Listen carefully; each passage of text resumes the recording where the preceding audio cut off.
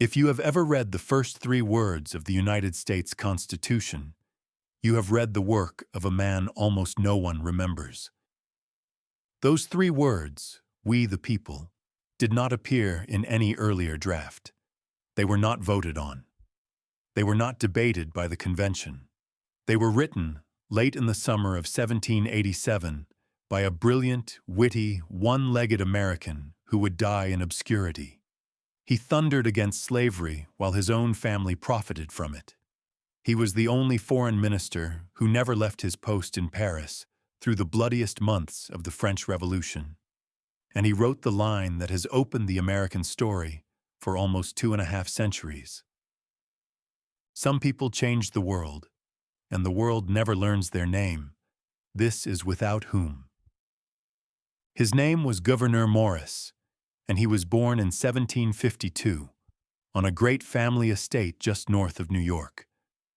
The Morrises were lords of the manor, judges, governors, soldiers.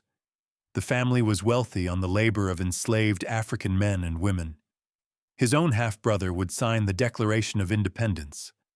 Another half-brother would fight against the rebellion in the uniform of a British general.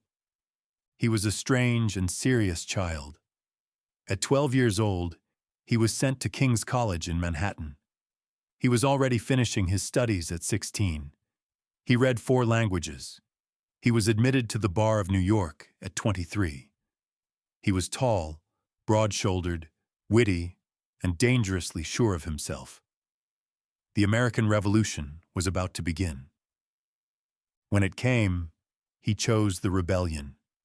Even as his own half-brother put on a red coat in London, Gouverneur joined the Provincial Congress of New York. He helped draft the state's first constitution. He went into the Continental Congress before he was 30, and he attached himself, for the rest of his life, to a tall Virginian named George Washington. He had a gift for finance. While the army starved, he stood in Philadelphia arguing for an army that could be paid, supplied, and fed. He signed the Articles of Confederation. He worked year after year on the financial scaffolding of a country that did not yet exist. And when the new nation needed a currency in 1782, it was Gouverneur Morris who proposed it should be measured by tens. The dollar, the cent, the decimal money that you still pull out of your pocket, the system that made American coin the easiest in the world to count, began with a report that he wrote at a desk one summer. He gave the country its money in the same plain words it would later use to address itself. In 1780, in his 28th year, he was thrown from his carriage in Philadelphia. His left leg was shattered. The surgeons amputated it that same day. He woke up to find himself a one-legged man for the rest of his life. He told a friend that the loss had improved his character. He said the wooden leg would keep him from too many bad decisions. He laughed, and he kept going. 7 years later, in the close, hot summer of 1787, he climbed the steps of a hall in Philadelphia on a wooden peg.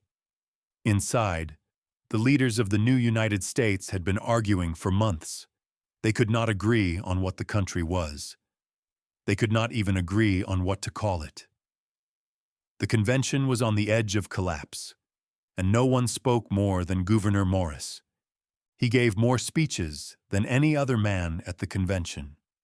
More than 170 of them, according to the careful daily notes that James Madison kept on the back row. He argued for a strong national government. He argued against the slow drift of the Union into separate, quarreling states. He argued again and again that the document they were writing was not for the states, but for the people of all of them together. In August, the convention turned to the question that no one wanted to touch: slavery. The Southern states demanded that their enslaved workers be counted, in part, toward their political power. Gouverneur Morris stood up on his wooden leg and gave what historians have called the most eloquent anti-slavery speech of the entire convention. He called slavery, in his own words, the curse of heaven on the states where it prevailed. A slave, he said, cannot be both a man and a piece of property in the same country. He did not win that fight. The southern states held their power. The document made compromises with the practice he had condemned. But Morris stayed at the table. In the last week of the convention, the delegates handed the final draft to a small group of 5 men, called the Committee of Style. Their job was to polish the language, and the man holding the pen was Gouverneur Morris. The earlier draft began with a list of the 13 states by name. He crossed it out. He wrote 3 new words at the top: "We the people." He went further. He wrote, "We the people of the United States," in order to form a more perfect union. He took a contract between 13 states and made it the voice of a single nation. Years later, James Madison would write that the finish given to the style and arrangement of the Constitution fairly belonged to the pen of Mr. Morris. In 1792, the new president sent him to Paris as the American minister to France. He arrived in time for the worst of the French Revolution. Within months, the streets outside his windows ran with blood. The king and the queen would die. Tens of thousands more would follow them to the guillotine. Every other foreign ambassador fled the city.